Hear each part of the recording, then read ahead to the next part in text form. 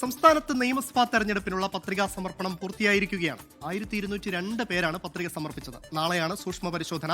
പത്രിക പിൻവലിക്കാനുള്ള അവസാന ദിവസമായ വ്യാഴാഴ്ച സമ്പൂർണ്ണ സ്ഥാനാർത്ഥി ചിത്രം വ്യക്തമാകും. പത്രികാ സമർപ്പണം പൂർത്തിയായി. ഇനി പ്രചരണത്തിന് 15 നാൾ. പ്രതിപക്ഷ നേതാവ് വി.ഡി. സതീശൻ പറവൂരിൽ ഇന്ന് നാമനിർദ്ദേശ പത്രിക നൽകി.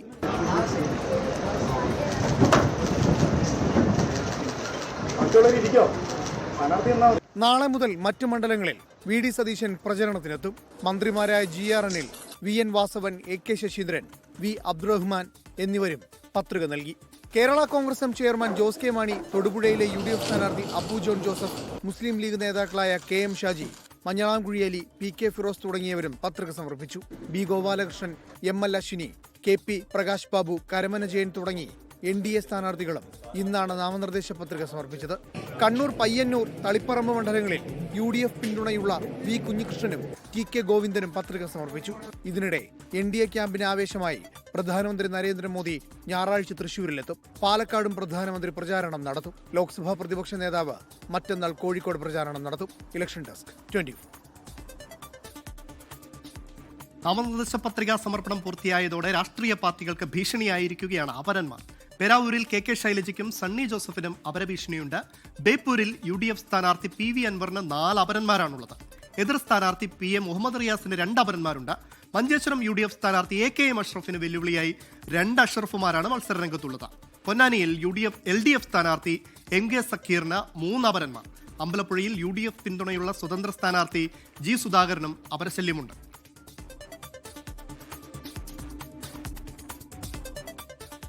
തെരഞ്ഞെടുപ്പ് കമ്മീഷൻ രാഷ്ട്രീയ പാർട്ടികൾക്ക് അയച്ച കത്തിൽ ബി.ജെ.പി. സീൽ പതിഞ്ഞെന്ന വിഷയത്തിൽ നടപടിയെടുത്തിരിക്കുകയാണ് മുഖ്യ തെരഞ്ഞെടുപ്പ് ഓഫീസർ. മെയിൽ അയച്ച സെക്ഷൻ ഓഫീസറെ സസ്പെൻഡ് ചെയ്തു. മുഖ്യ തെരഞ്ഞെടുപ്പ് ഓഫീസർ രത്തൻ യു ഖേൽക്കറുടേതാണ് നടപടി. 2019 മാർച്ച് 19 തയ്യാറാക്കിയ കത്താണ് തെരഞ്ഞെടുപ്പ് കമ്മീഷൻ മെയിലിനൊപ്പം പാർട്ടികൾക്ക് അയച്ചത്. ഈ കത്തിലായിരുന്നു ബി.ജെ.പി. കേരള ഘടകത്തിന്റെ സീൽ പതിപ്പിച്ചിരുന്നത്. CPM-ന് മാത്രമല്ല മറ്റു പാർട്ടികൾക്കും ഇതേ പിഴവോടെയുള്ള കത്തുകൾ ലഭിച്ചിട്ടുണ്ടെന്നും ഇമെയിൽ വന്നിട്ടുള്ളത് തെരഞ്ഞെടുപ്പ് കമ്മീഷന്റെ ഔദ്യോഗിക കേന്ദ്രത്തിൽ നിന്നാണെന്നും CPIM ആരോപിക്കുന്നു. തെരഞ്ഞെടുപ്പ് കമ്മീഷൻ ബി.ജെ.പിക്ക് വേണ്ടി വഴിവിട്ട ഒത്താശകൾ ചെയ്തു കൊടുക്കുന്ന സമിതിയായി മാറിയിരിക്കുന്നുവെന്ന് CPIM general secretary M.A. Baby. Election commission Narendra Modi ഭരണത്തിന് കീഴിൽ കേന്ദ്ര ഗവൺമെന്റിന്റെ ഒരു വകുപ്പായിട്ട് മാത്രമല്ല പ്രവർത്തിക്കുന്നത്, ബി.ജെ.പി. എന്ന രാഷ്ട്രീയ പാർട്ടിക്ക് വേണ്ടി പ്രവർത്തിക്കുകയാണ്. ഭരിക്കുന്ന കക്ഷിക്ക് പൂർണ്ണമായും കീഴ്പ്പെടുകയാണ് കമ്മീഷൻ എന്ന E.P. ജയരാജൻ പ്രതികരിച്ചു. തെരഞ്ഞെടുപ്പ് കമ്മീഷൻ നീതിപൂർവം പ്രവർത്തിക്കേണ്ട ഒരു സ്ഥാപനമാണ്. ആ സ്ഥാപനം ഒരിക്കലും ഏതെങ്കിലും ഒരു രാഷ്ട്രീയ പാർട്ടിക്ക് കീഴടങ്ങിക്കൊണ്ടുള്ള നിലപാട് സ്വീകരിക്കാൻ പാടില്ല. വിവാദങ്ങൾക്കൊടുവിൽ വിശദീകരണവുമായി തെരഞ്ഞെടുപ്പ് കമ്മീഷൻ രംഗത്തെത്തി.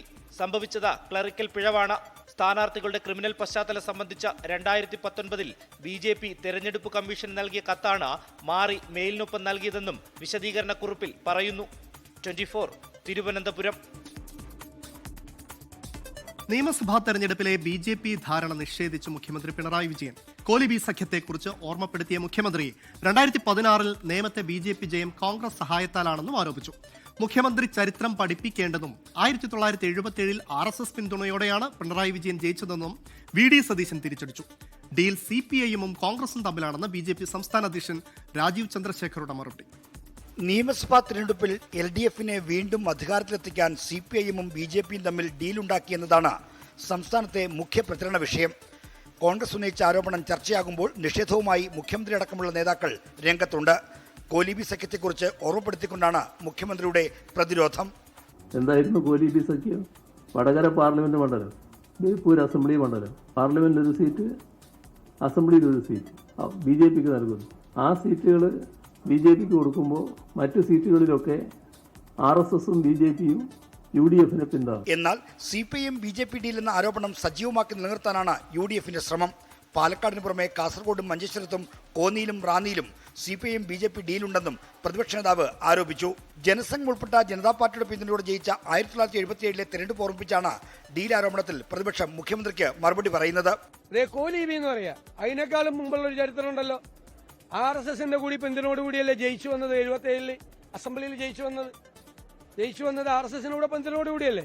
അപ്പം ഞങ്ങളെ ചരിത്രമൊന്നും മുഖ്യമന്ത്രി ഓർമ്മിപ്പിക്കേണ്ട. മുഖ്യമന്ത്രിയുടെ ചരിത്രം ഇതാണ്, മനസ്സിലായില്ല. ഈ ഡീലാണ് ഈ ഡീല് ഞങ്ങൾ പൊളിക്കും. ഡീൽ ആരോപണം നാടകമാണെന്നാണ് BJP നേതൃത്വത്തിന്റെ തിരിച്ചടി.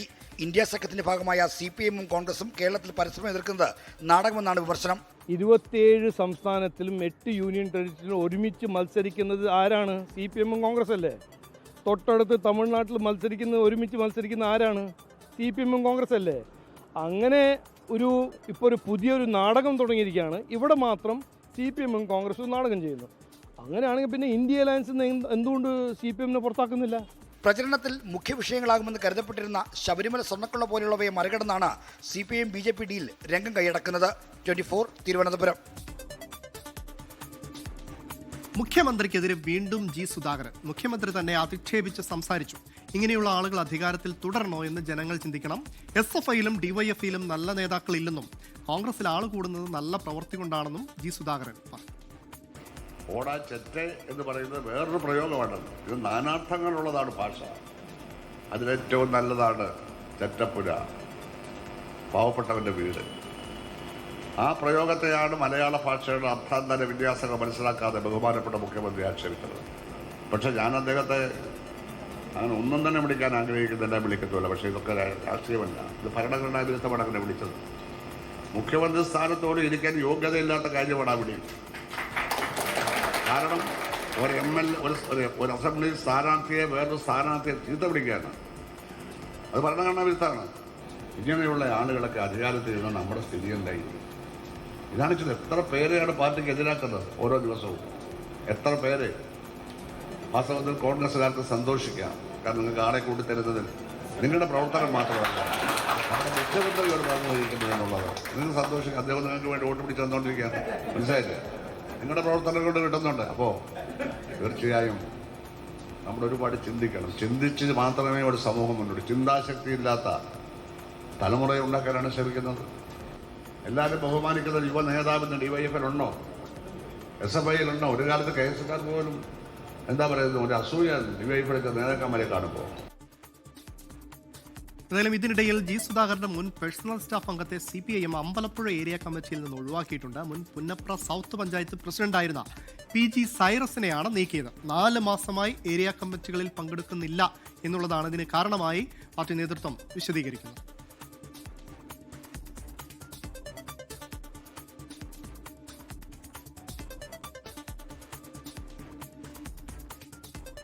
ഇനി ഇന്ന് വന്ന ഒരു പ്രധാനപ്പെട്ട പ്രതികരണത്തിലേക്കാണ്. പ്രതിപക്ഷ നേതാവ് VD സതീശന്റെ ഭാഗത്തു നിന്നായിരുന്നു അത്. തെരഞ്ഞെടുപ്പ് കാലത്ത് വർഗീയത പറയാൻ ആരും വരേണ്ടെന്ന് പ്രതിപക്ഷ നേതാവ് VD Satheesan.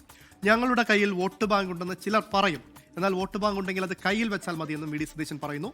Deepthi Mary വർഗീസിന് seat ലഭിക്കാത്തതിൽ ലത്തീൻ സഭയ്ക്ക് അതൃപ്തി തുടരുന്നതിനിടെയാണ് പ്രതിപക്ഷ നേതാവിന്റെ ഈ പ്രതികരണം. ഒരാളും വർഗീയത പറയാൻ വരണ്ട. വർഗീയത പറഞ്ഞാൽ ആര് പറഞ്ഞാലും ഞങ്ങൾ ചോദ്യം ചെയ്യും. ആര് വർഗീയത പറഞ്ഞാലും ചോദ്യം ചെയ്യും. തെരഞ്ഞെടുപ്പ് കാലത്ത് പറഞ്ഞാലും ചോദ്യം ചെയ്യും. ചിലർ പറയും ഞങ്ങളുടെ കയ്യിൽ വോട്ട് ബാങ്ക് ഉണ്ട്. ഞാൻ പറഞ്ഞില്ലേ, ഭീഷണിപ്പെടുത്താൻ പറ്റും. വോട്ട് ബാങ്ക് ഉണ്ടെങ്കിൽ കയ്യിൽ വെച്ചാൽ മതിയാണോ എന്ന് പറയും. നമ്മള് വർഗീയത പറയാൻ ഒരാളും വരണ്ട. ജനങ്ങൾ സൗഹാർദ്ദത്തോടു കൂടി ജീവിക്കുന്ന ഒരു കേരളം, ആ കേരളമാണ് UDFന്റെ വാക്ക്. വിമതന്മാരുടെ ഒരു വലിയ ശല്യം കോൺഗ്രസ് ഈ തെരഞ്ഞെടുപ്പിൽ നേരിട്ടിരുന്നു. എന്തായാലും ദിവസങ്ങൾ നീണ്ട അനിശ്ചിതത്വങ്ങൾക്കൊടുവിൽ കൊല്ലം പുനലൂരിൽ UDFിലെ ആശങ്ക ഒഴിയുകയാണ്. മണ്ഡലം മുസ്ലിം ലീഗിൽ നിന്ന് ഏറ്റെടുക്കാത്തതിൽ പ്രതിഷേധിച്ച സ്ഥാനാർത്ഥിത്വം പ്രഖ്യാപിച്ച DCC general secretary Sanjay Khan പിന്മാറിയിരിക്കുന്നു. ACC general secretary KC Venugopal നേരിട്ട് സംസാരിച്ചതോടെയാണ് പിന്മാറ്റം. അടൂരിലെത്തിയ KC വേണുഗോപാലിന്റെ ഇടപെടലിലാണ് സഞ്ജയ് ഖാൻ മത്സരത്തിൽ നിന്ന് പിന്മാറിയത്. UDFിനായി പ്രവർത്തിക്കുമെന്നാണ് ഉറപ്പ്. വിമതൻ ഒന്നൊടിഞ്ഞപ്പോൾ അടുത്തതെന്നായിരുന്നു പുനലൂർ UDFിലെ തലവേദന. സീറ്റ് നിർണയം തൊട്ട് പുനലൂരിൽ കലഹം തുടങ്ങിയതാണ്. കഴിഞ്ഞ ദിവസം നെൽസൺ സെബാസ്റ്റ്യൻ പിന്മാറിയതിന് പിന്നാലെയായിരുന്നു സഞ്ജയ് ഖാന്റെ മത്സര പ്രഖ്യാപനം. ഇന്ന് ഉച്ചയ്ക്ക് 12:30 നാമനിർദ്ദേശ പത്രിക സമർപ്പിക്കുമെന്ന് സഞ്ജയ് ഖാൻ അറിയിച്ചിരുന്നു. KPCC പ്രസിഡന്റ് സണ്ണി ജോസഫും KC വേണുഗോപാലും നേരിട്ടിടപെട്ടാണ് നെൽസൺ സെബാസ്റ്റ്യനെ അനുനയിപ്പിച്ചത്. ഒടുവിൽ സഞ്ജയ് ഖാന്റെ പിന്മാറ്റത്തിലും KC വേണുഗോപാൽ ഇടപെട്ടു. തർക്കങ്ങൾ അവസാനിച്ചതോടെ ഒറ്റക്കെട്ടായി പ്രവർത്തിക്കാനുള്ള തയ്യാറെടുപ്പിലാണ് UDF സ്ഥാനാർത്ഥി നൌഷാദ് യൂനുസ് ഇന്ന് നാമനിർദ്ദേശ പത്രിക സമർപ്പിച്ചു. 24 കൊല്ലം. നിയമസഭാ തെരഞ്ഞെടുപ്പിൽ UDFിനെ പിന്തുണയ്ക്കാൻ വെൽഫെയർ പാർട്ടി തീരുമാനം. ഇത്തവണ വെൽഫെയർ പാർട്ടി സ്ഥാനാർത്ഥികളെ നിർത്തില്ല. ഇതു സംബന്ധിച്ച പ്രഖ്യാപനം ബുധനാഴ്ച ഉണ്ടാവും.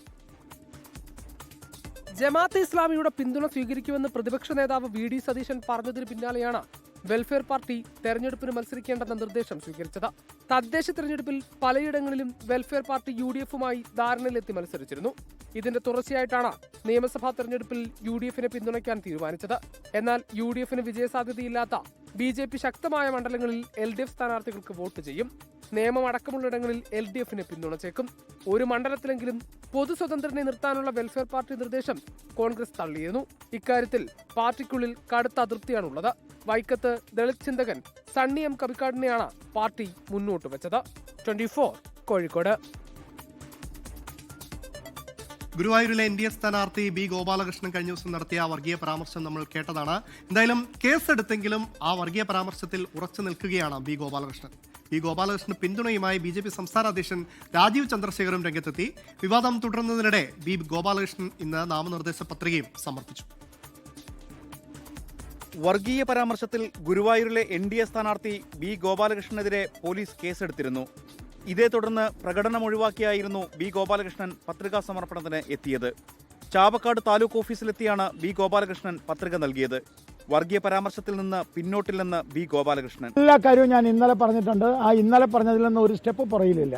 ഞാൻ എപ്പോഴും ഒരു കാര്യം ഇങ്ങനെ ആവർത്തിക്കേണ്ട കാര്യമില്ല. ആവർത്തിക്കേണ്ടത് ഈ ആവർത്തിച്ച് വിഷയങ്ങളിൽ വ്യത്യസ്ത നിലപാടെടുക്കുന്നവർക്കാണ്. അങ്ങനെ എനിക്കൊരു വിഷയമില്ല. ഞാൻ ഇന്നലെ കൃത്യമായി പറഞ്ഞിട്ടുണ്ട്. ബി.ജെ.പി നോർത്ത് ജില്ലാ സെക്രട്ടറി കെ എം ബൈജുവാണ് ഗുരുവായൂരിലെ ഡമ്മി സ്ഥാനാർത്ഥി. അതേസമയം ഗോപാലകൃഷ്ണൻ പറഞ്ഞതിൽ എന്താണ് തെറ്റെന്നാണ് ബി.ജെ.പി സംസ്ഥാന അധ്യക്ഷൻ രാജീവ് ചന്ദ്രശേഖറിന്റെ ചോദ്യം. ഗുരുവായൂരിലൊരു വിശ്വാസിയായ ഒരു എം.എൽ.എ വരണ്ടേ എന്നാണ് അദ്ദേഹത്തിന്റെ ചോദ്യം. അദ്ദേഹം ഒരു സ്ഥാനാർത്ഥിയാണ്. ആ ചോദ്യത്തിൽ എന്താണ് തെറ്റ്? അത് ഹേറ്റ് എങ്ങനെയായിപ്പോയി? അദ്ദേഹം ഒരു കാര്യം പറഞ്ഞു, അതിനെ പെട്ടെന്ന് പോയി ചാടി അതിനെ ഹേറ്റ് സ്പീച്ച് ആക്കേണ്ട ആവശ്യമില്ല എന്നാണ് ഞാൻ പറയാൻ ആഗ്രഹിക്കുന്നത്. പരാമർശം തെരഞ്ഞെടുപ്പ് ചട്ടലംഘനമെന്ന് ചൂണ്ടിക്കാട്ടി എൽ.ഡി.എഫും യു.ഡി.എഫും സൂക്ഷ്മ പരിശോധനാ വേളയിൽ എതിർത്തേക്കും. 24 തൃശൂർ, തിരുവനന്തപുരം. ഈ പത്രികാ സമർപ്പണം കൂടി കഴിഞ്ഞതോടെ നമ്മുടെ തെരഞ്ഞെടുപ്പ് അംഗം ഓരോ ദിവസവും ഇങ്ങനെ മുറുകി വരികയാണ്. എന്തായാലും ഈ നാടിന്റെ ഈ രാഷ്ട്രീയ സ്പന്ദനം അറിയാൻ നമ്മുടെ മണ്ഡലം ചുറ്റും മഹിളകളും രംഗത്തുണ്ട്.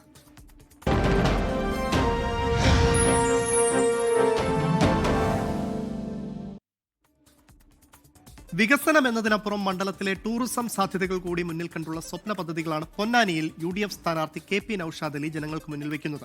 സ്ഥാനാർത്ഥിക്കൊപ്പം മണ്ഡലം ചുറ്റും മഹിളകളിൽ അനുജ രാജേഷും അമൃത പടിക്കലും ചേരുന്നു. മണ്ഡലം ചുറ്റും മഹിളകൾ ഇതാ പൊന്നാനി മണ്ഡലത്തിൽ പര്യടനം തുടർന്നുകൊണ്ടിരിക്കുന്നതിനിടയിലാണ് യു.ഡി.എഫിന്റെ സ്ഥാനാർത്ഥി കെ.പി. നൌഷാദ് അലിയെ നോക്കി കിട്ടിയത്. ഇത്തവണ അത് തിരിച്ചു പിടിക്കാൻ സാധ്യമാണോ? അതിനുള്ള ശ്രമങ്ങൾ എത്രത്തോളം നടക്കുന്നുണ്ട്? ഇത് തുടർച്ചയായിട്ട് 4 തവണ CPM ജയിക്കുന്നുണ്ട്. പക്ഷേ ഇത് ഐക്യജനാധിപത്യ മുന്നണിക്ക് വ്യക്തമായ വേരുകളുള്ളൊരു സ്ഥലമാണ്.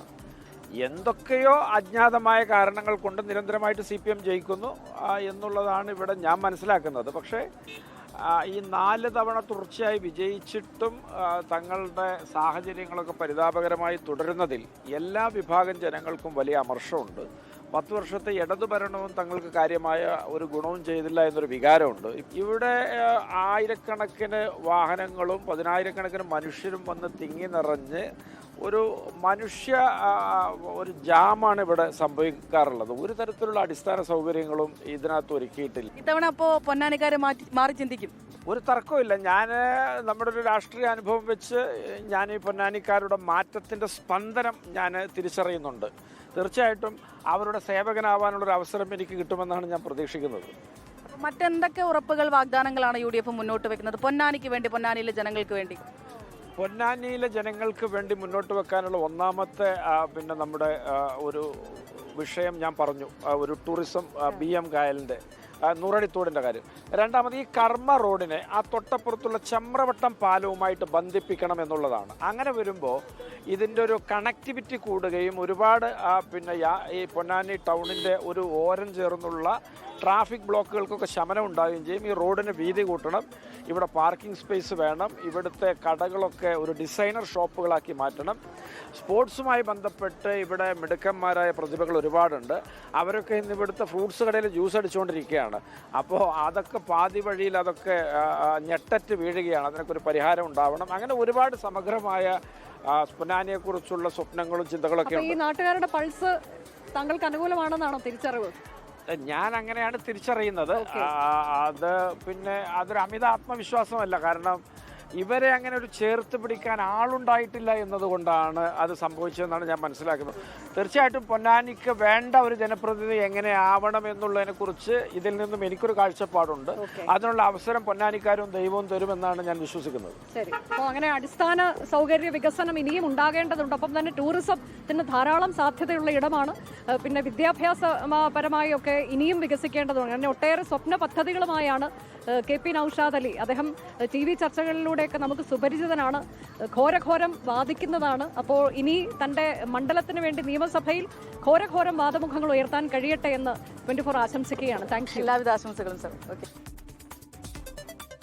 എന്തായാലും ഈ തെരഞ്ഞെടുപ്പിൽ വലിയ ചൂടേറിയ ചർച്ചയായിരിക്കുകയാണ് കോൺഗ്രസ് ഉന്നയിക്കുന്ന CPM BJP ഡീൽ. അങ്ങനെ കോൺഗ്രസിന്റെ ആ ഡീൽ ആരോപണത്തിന് മറുപടിയുമായി BJP സംസ്ഥാന അധ്യക്ഷൻ രാജീവ് ചന്ദ്രശേഖർ രംഗത്തെത്തിയിട്ടുണ്ട്. ഡീൽ CPIM-ഉം കോൺഗ്രസും തമ്മിലാണെന്നും മറ്റ് സംസ്ഥാനങ്ങളിൽ അവർ ഒന്നിച്ചാണ് മത്സരിക്കുന്നതെന്നും രാജീവ് ചന്ദ്രശേഖർ 24-നോട് പറഞ്ഞു. പഴയ സ്റ്റൈൽ പൊളിറ്റീഷ്യനാണ് നേമത്തെ LDF സ്ഥാനാർത്ഥി V ശിവൻകുട്ടിയെന്നും രാജീവ് ചന്ദ്രശേഖർ പറഞ്ഞു. തിരുവനന്തപുരത്ത് നിന്ന് ജെബിൻ JB തയ്യാറാക്കിയ റിപ്പോർട്ട് കാണാം. തിരഞ്ഞെടുപ്പ് പ്രചരണ ചൂടിലാണ് നേമത്തെ NDF സ്ഥാനാർത്ഥി കൂടിയായ രാജീവ് ചന്ദ്രശേഖർ. സാർ, ഇവിടുത്തെ തന്നെ LDF സ്ഥാനാർത്ഥി മന്ത്രി V ശിവൻകുട്ടി പറയുന്നത് നേമത്തിന് അക്കൗണ്ട് തുറക്കാൻ BJP അനുവദിക്കില്ല, ഇരട്ടത്താഴിട്ട് പൂട്ടുമെന്നാണ് പറയുന്നത്. എന്താണ് അതിൽ പറയാനുള്ളത്? നമുക്ക് ഒന്ന് ഞാൻ ഏറെ ബഹുമാനത്തോട് പറയാണ്, ഇവരെല്ലാം ഈ പഴയ സ്റ്റൈൽ പൊളിറ്റീഷ്യൻസ് ആണ് ഇവരെല്ലാം. ഈ പൂട്ടും താക്കോലെല്ലാം ജനങ്ങളുടെ കയ്യിലാണ്. ആരും ഒരു സഖാവിന് കൊടുത്തിട്ടില്ല. അത് തീരുമാനിക്കേണ്ടത് ജനങ്ങളാണ്. നേമത്തിന്റെ ജനങ്ങളും കേരളത്തിന്റെ ജനങ്ങളാണ് തീരുമാനിക്കേണ്ടത്. അപ്പോൾ ശിവൻകുട്ടിയുടെ പൂട്ടോ എവിടെയാണോ താക്കോൽ എവിടെയാണോ ശിവൻകുട്ടിയുടെ വീട്ടിൽ വയ്ക്കട്ടെ. ഞങ്ങൾക്ക് ആ പൂട്ടിനോ താക്കോലിനോ ഒരു ആവശ്യവുമില്ല. ഞങ്ങൾ നോക്കുന്നത് ജനങ്ങളുടെ വിശ്വാസം നേടാനും ജനങ്ങളുടെ മുമ്പിൽ ഒരു മാറ്റത്തിന്റെ ഒരു കാഴ്ചപ്പാട് കൊണ്ടുവയ്ക്കാനും വികസിത നിയമത്തിനെ കുറിച്ച് ചർച്ച ചെയ്യാൻ ഞങ്ങൾക്ക് താല്പര്യമുണ്ട്. അത് ഞാൻ ചെയ്യുന്നുണ്ട്. ബാക്കിയെല്ലാം നോക്കൂ, ഈ വിവാദങ്ങളെല്ലാം നമ്മൾ സഹിച്ചതല്ലേ എത്ര കൊല്ലമായിട്ട്. അതല്ല ഇപ്പോൾ ജനങ്ങൾ പറഞ്ഞു ഈ മാറ്റം വേണം, മതിയായി. മറ്റൊരു പ്രധാന കാര്യമെന്ന് പറയുന്നത് പാലക്കാട് ഉൾപ്പെടെ പല മണ്ഡലങ്ങളിലും അവിടെ ഒരു UDF BJP ഡീലുണ്ടെന്ന് പറയുന്നു. അതുപോലെ തന്നെ തിരിച്ച UDF പറയുന്നത് LDF BJP ഡീലുണ്ടെന്നാണ്. എന്താണ് വാസ്തവത്തിൽ ഡീല് CPM-ഉം കോൺഗ്രസ് തമ്മിലാണ്. 27 സംസ്ഥാനത്തിലും 8 യൂണിയൻ ടെറിട്ടറിയിലും ഒരുമിച്ച് മത്സരിക്കുന്നത് ആരാണ്? CPM-ഉം കോൺഗ്രസ് അല്ലേ. തൊട്ടടുത്ത് തമിഴ്നാട്ടിൽ ഒരുമിച്ച് മത്സരിക്കുന്ന ആരാണ്? CPM-ഉം കോൺഗ്രസ് അല്ലേ. അങ്ങനെ ഇപ്പോൾ ഒരു പുതിയൊരു നാടകം തുടങ്ങിയിരിക്കുകയാണ്. ഇവിടെ മാത്രം CPM-ഉം കോൺഗ്രസും നാടകം ചെയ്യുന്നു. അങ്ങനെയാണെങ്കിൽ പിന്നെ ഇന്ത്യ അലയൻസ് എന്തുകൊണ്ട് CPM-നെ പുറത്താക്കുന്നില്ല? ആരാണ് ആരുടെ ഒപ്പമാണ് അലയൻസിൽ ജനങ്ങൾക്ക് മനസ്സിലാവും. എന്തായാലും വികസിത നിയമം ആ ഒരു ലക്ഷ്യത്തോടു കൂടിയാണ് പോരാട്ടത്തിന് ഇറങ്ങിയതെന്നുള്ളതാണ് സംസ്ഥാന അധ്യക്ഷൻ തന്നെ ഇപ്പോൾ വ്യക്തമാക്കുന്നത്. അഭിജിത്തിനൊപ്പം ജിബിൻ JB 24 തിരുവനന്തപുരം. പശ്ചിമേഷ്യയിൽ നിന്ന് വലിയ ആശ്വാസ വാർത്ത വന്ന ഒരു ദിവസം കൂടിയാണ്. പശ്ചിമേഷ്യയിൽ സമാധാനം അരികെയും.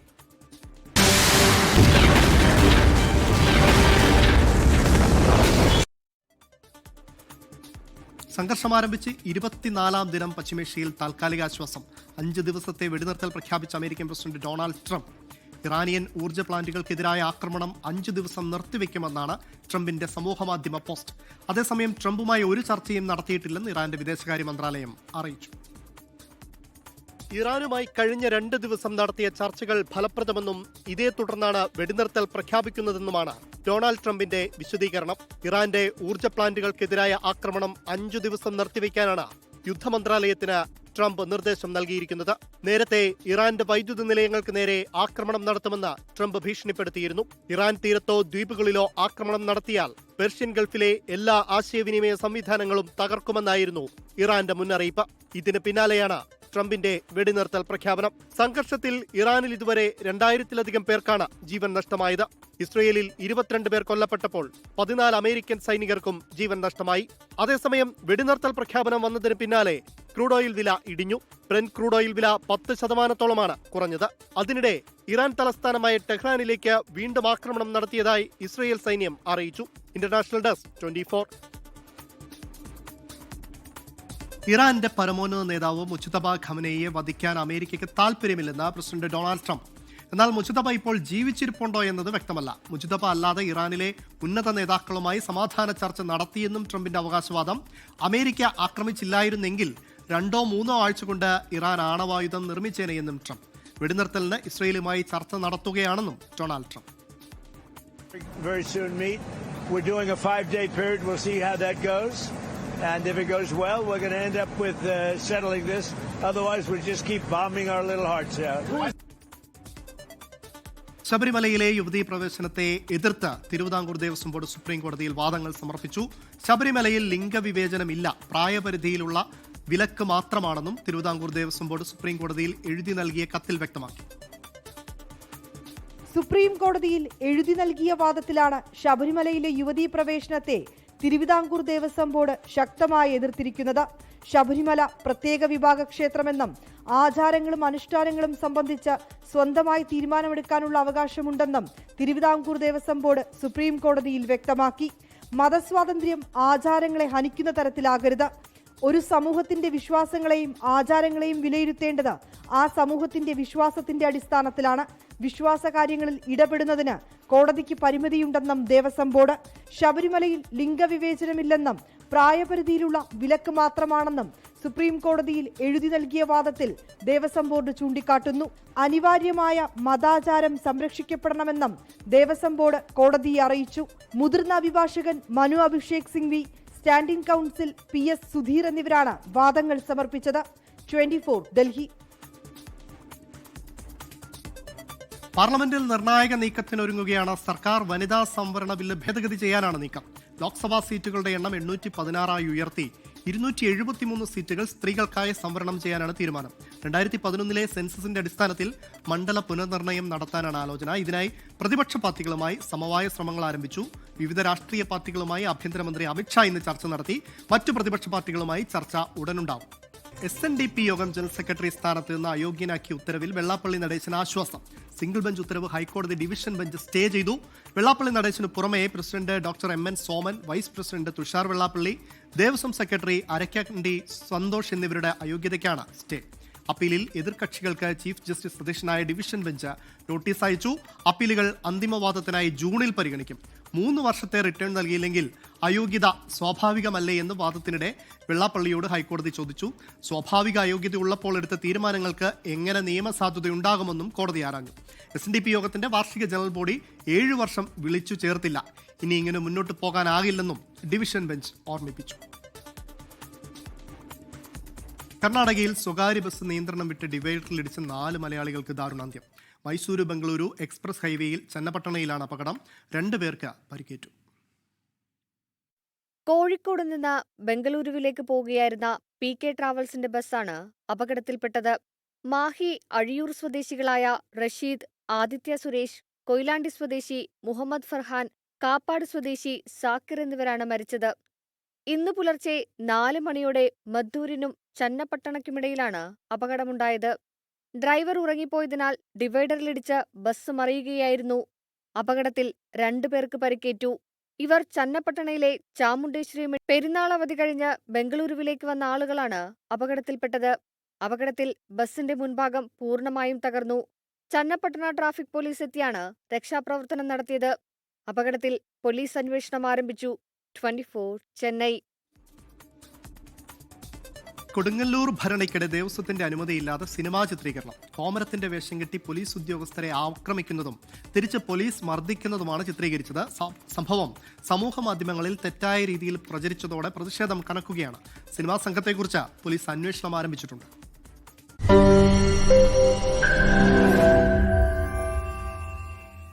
ലോകത്തെവിടെയായാലും ഏത് സമയത്തും 24 വാർത്തകളും ഓഗ്മെന്റഡ് റിയാലിറ്റി പാക്കേജുകളും എക്സ്പ്ലെയിനറുകളും വിശദമായി കാണാൻ ഞങ്ങളുടെ YouTube ചാനൽ നിങ്ങൾക്ക് സബ്സ്ക്രൈബ് ചെയ്യാം.